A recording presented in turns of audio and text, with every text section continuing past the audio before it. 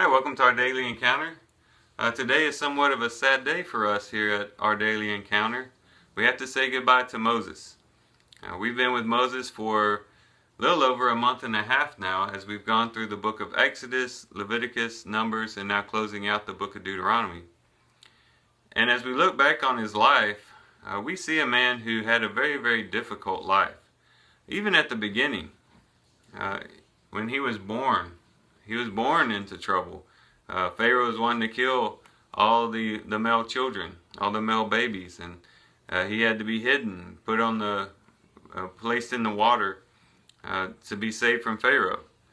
And then at 40 years old, in a moment of impulse, he kills an Egyptian, and he ends up having to leave Egypt, the place of his home. He had to leave the place of prestige, popularity, and power to go live out in the wilderness and be on someone else's payroll to work for his father-in-law. And he does that for 40 years, and then God speaks to him and tells him to go to Egypt, march right up to Pharaoh and tell Pharaoh to let God's people go. A very, very difficult task. And that's what he was called to do. And even though he wasn't happy about it at first, he did do it. He was obedient to the Lord. And then after the people are delivered from Egyptian slavery, he has to be in charge of these millions of people who were always speaking against him. They were always complaining about their situation. They were always rebelling, wanting to rebel against him. A very, very difficult task. It's difficult to be a leader in the first place. But how much more difficult is it when the people have a heart such as the Israelites had there in the wilderness?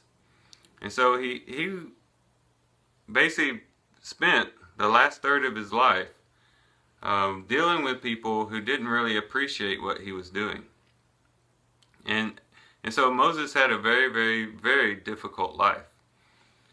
But there's the other side of Moses' life as well. Because as we can talk about how difficult his life was, we can also talk about how wonderful, how magnificent, and how special his life really was. And this is what is brought out at the very end of the book of Deuteronomy in chapter 34, starting in verse 10, where it says, "Since that time, no prophet has risen in Israel like Moses, whom the Lord knew face to face. For all the signs and wonders which the Lord sent him to perform in the land of Egypt, against Pharaoh, all his servants, and all his land, and for all the mighty power, and for all the great terror which Moses performed in the sight of all Israel." Yes, Moses had a difficult life, but he had a life that was filled with basically two things: the presence of God and the power of God. Moses had a very, very strong relationship with God.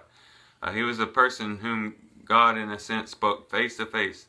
That is, Moses was able to be in God's direct presence, and that's how God spoke to him. And he was a man who, of course, through the power of God, was able to overthrow kingdoms, pull one nation out of another nation, to do magnificent things, to bring water out of the rock, manna from the ground, signs and wonders one after the other. Moses had a great and excellent life, and as we look back, we can look at those highlights and say, wow, what a life. And you think about it, if Moses was to look back on his life now, as difficult as it was, I really believe that he would do it all over again, because he got to experience some things that no one else has ever been able to experience since. He had a very special place, not only in human history, but in God's history, in God's plan of redemption. And so Moses had a great life. Now, as we look at our own lives in comparison to Moses, we might say, wow, my life is nothing like Moses's. And we may look at Moses's life and say, boy, I wish I could experience the power of God like that. I wish I could have a relationship with God like Moses. That would just be awesome to see God's mighty hand working in my life day in and day out, and to experience the direct presence of God in my life day in and day out. And the problem with the way that we look at that and how we desire God's presence and God's power is that we typically, I'm kind of speaking for myself, but I assume there's probably others who have looked at things this way as well. You know, we want the presence of God, we want the power of God, but we don't want to experience the difficulty that brings about the presence and the power of God. When you look at the scriptures, when was it that God mainly did his mighty works? When was it that God's hand was mostly seen? Typically, it was when his people were in difficult times. You think about in the New Testament, in the book of Acts, God was doing a lot of signs and wonders in the book of Acts, but it was during a difficult time. It was during a time of persecution, a time when Christians' lives were at stake. And typically that's the case as you look back even in the Old Testament all the way back to Moses. You see, we don't experience God's working in our lives like we want, or his presence like we want, because really we're just comfortable just kicking back and enjoying life, a mediocre life in which, you know, we pay our bills, we have our routine, you know, as long as we're comfortable and we're in our comfort zone, we feel like we're okay. But then at the same time, we want to experience God's mighty work in our lives. It's as though, Lord, I want to see your signs and wonders, but let me see them while I'm sitting on my couch. You know, we'll wake up in the morning, Lord, I just want to experience your presence. I just want you to draw near to me, and I want to be in close proximity to you, and I want to see your mighty hand working in my life, and I want to see great things accomplished for you today. And that's our prayer in the morning. But by the time we get done with our day in the evening, all we can think about is, I wonder what's on TV tonight. As you think about the apostles, you ever think about why is it that Peter was the only one who was able to walk on water? Think about what was so special about Peter. Why did he get to walk on water and not the other apostles? Well, the answer is pretty simple. He's the only one that got out of the boat. And if you want to be that person who's able to experience God in a very, very special way, you got to get out of the boat. We all have to get out of the boat. We got to get out of our comfort zones.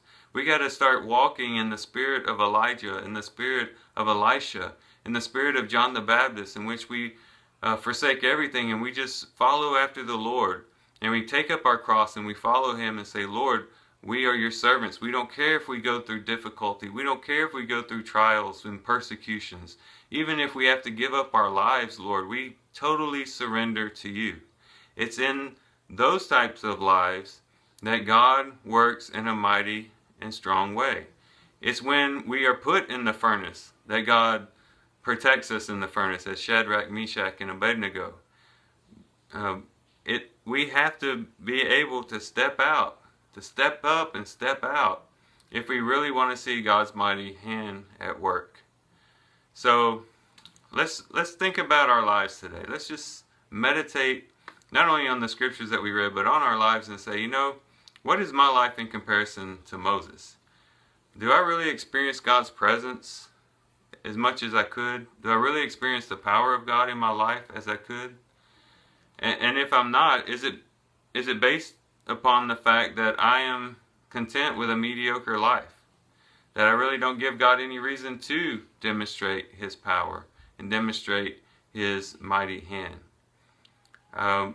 Let's do some inventory and think about some things that perhaps we could do in our lives to surrender more and more ground to the Lord, and to step out and get in those difficult places where we do have to trust in God and where we do have to lean on him, and to push forward and to keep going and to keep moving upward and more closer and closer to him. That's our challenge today. So with that, I do thank you guys for watching the video. I hope you guys have a great day. I love you guys. God bless.